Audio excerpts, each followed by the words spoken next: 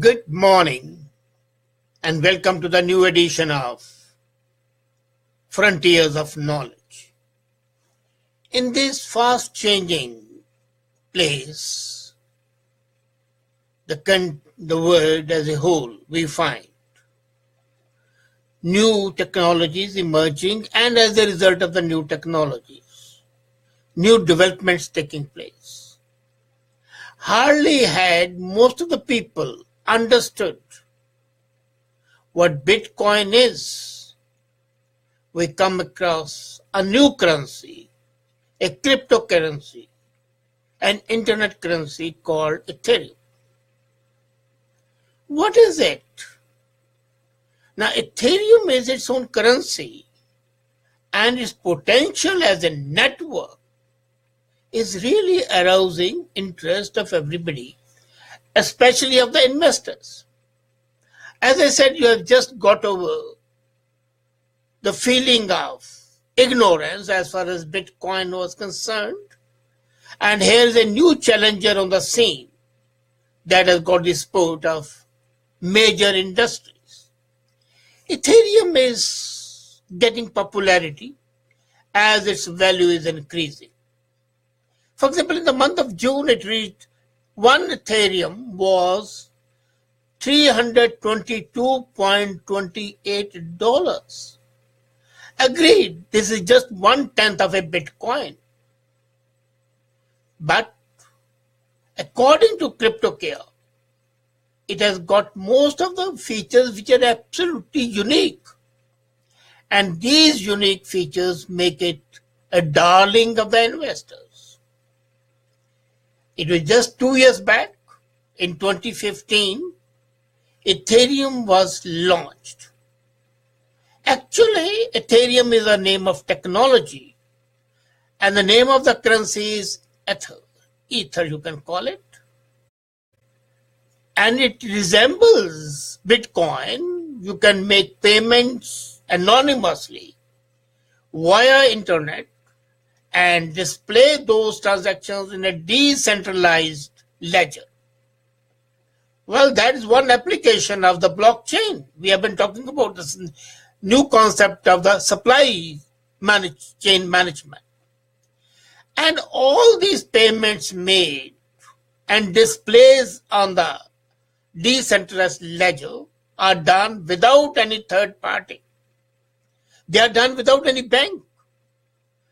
So you can save the fee that you pay to the banks, make the payments, and this is all the more important when you have to make large payments. You know, the bank fees are according to the amount, and say if you have to pay $1 million, the fees can be enormous. So this process of Ethereum enables you to pay via internet and via internet and anonymously. That's what I wanted to say, without in any way incurring any expense. And another aspect, it is absolutely safe, security, and its protection against fraud and theft, because the ledger created is there, and as a matter of fact, that is a major issue. Agreed, anybody using the network of Ethereum can see who has made the payment. You cannot escape the tax man. Let's be sure about it. Now the question arises, how does it differ from Bitcoin? What's the difference between Bitcoin and Ethereum? Let's not forget, Bitcoin is cryptocurrency, and Ethereum is in fact a platform, and that is where its potential lies. Now Ethereum is a platform with Ether as a currency. Bitcoin is a currency by itself. What Ethereum does is it creates blocks, the records of transaction, much more quickly than Bitcoin can do. And its suppliers believe that efficiency, and it's much easier to use. What happens is that Ethereum allows apps to run on its network.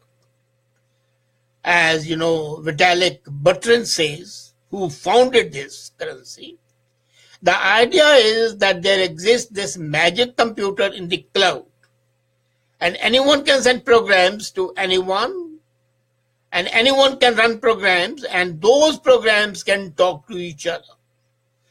This interaction between the programs in the cloud enables the transactions to take place. Now, Ethereum runs on these programs and eliminates the possibility of downtime, even if the entity involved ceases the operations. All the malicious attempts to disrupt them, fraud and interference, are useless. Now, this is much safer than any banking transaction can be. And this is much better, much more reliable. And as I said earlier, it's practically free. You are not paying any fee to the banks. It also allows for the small contracts. Digital contracts, written code can be automatically verified and enforced. So what happens is that this enables the creation of decentralized apps and even decentralized companies involving no other party outside the Ethereum network. So basically you have to become the part of the network, and then you can make use of it. And the applications built on the network include apps for the smart contracts, for crowdfunding, and sustainable development. As a matter of fact, this is an alternative version of Twitter. I'll call it the financial version, much more cryptic, much more safer, much more personalized. Now, the question you are likely to ask is, who is buying and using it? Ether, what we say is a currency that operates on Ethereum network, is the second largest cryptocurrency after Bitcoin. Today in this world, are you aware that Bitcoin, the total value of Bitcoin in circulation is $57.2 billion. And Ethereum is close second. Looking at that, this is much newer and the latest. It is currently 28.1 billion. That is in 1 year. Came in the late 2015. So it's basically 1 year. So in 1 year, it has touched $28.1 billion. CNBC says that 60% of the purchases Ether has are basically in the Korean currency, Korean won. And South Korea is trying to regulate both Bitcoin and Ethereum because this country is engaged in cryptocurrency regulation in a much faster way. Now, this year in February, that's in 2017, 86 companies joined hands. And as just one friend has made a comment, he wants to know the regulations coming in Canada for cryptocurrencies. Before I come to that, let me say that there are no national regulations. Anybody, anywhere in the world can participate, buy, sell, trade in, or make transactions in cryptocurrency. So coming back to that, what happened in February this year was that 76 companies like JP Morgan and Microsoft came together and set up EEA. And EEA is Enterprise Ethereum Alliance. And this alliance of 86 major companies support the development of Ethereum. And it aims to deal with the issues of the businesses who want to use Ethereum for governance and accountability. Not only that, when such big companies are joining, the result is, the consequence is that the platform gets more credibility. It's not a run by night operation, a fly by night operation, which has no reliability, which has no credibility.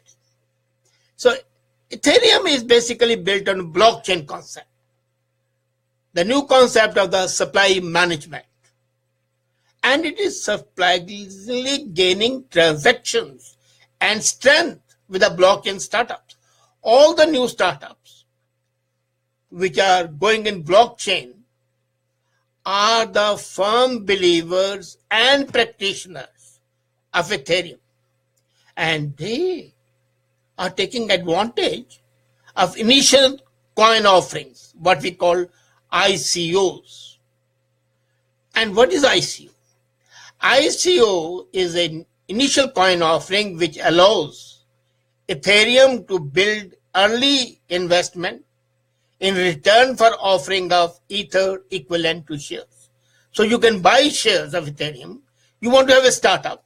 You want to have a company and you can buy shares and the investment will be there and you get that. Now, what is the analytics base for Ethereum? It's called Etherscan. And do you know that nearly 5.5 million Ethereum accounts holding more than 93 million Ether currency are being analyzed by Etherscan. So Ether is now accepted as a payment by a number of web hosting companies with independent online businesses. And you can use it with cryptocurrency credit cards. How easy it's becoming, right? Many users are hoping, you see there is always hope for further development, that the currency they have stored in their wallets or in their accounts grows in value. In the same way that Bitcoin has growing, and it is growing. And Ethereum, but one thing is clear, you have to be sure that investment in Ethereum is really about investment in the platform and the innovative programming it can support rather than in cryptocurrency itself.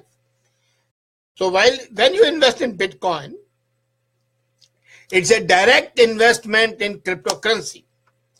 When you invest in Ethereum, you are not investing in cryptocurrency, you are investing in a platform that supports a cryptocurrency and enhances its value. So it's quite possible the returns on this platform will be much higher than the returns on the cryptocurrency itself. Now the question arises, why is it that cryptocurrencies are becoming stronger and stronger? As we said just now, that one Ether is today worth $328. And the cost of and the price of Bitcoin is 10 times more than that. Why is it that these are attracting intentions? Because, for example, a program to pay another user 10 Ethers in 5 years can happen without any problem. So you can make advance payments and accept payments, and then you can have a long-term financial transaction, and that doesn't impinge on your credit history. So it's a new world is opening in financial transactions.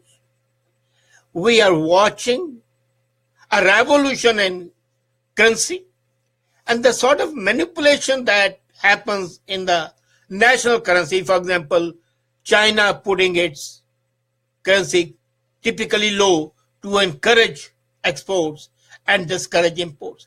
That sort of manipulation is not possible.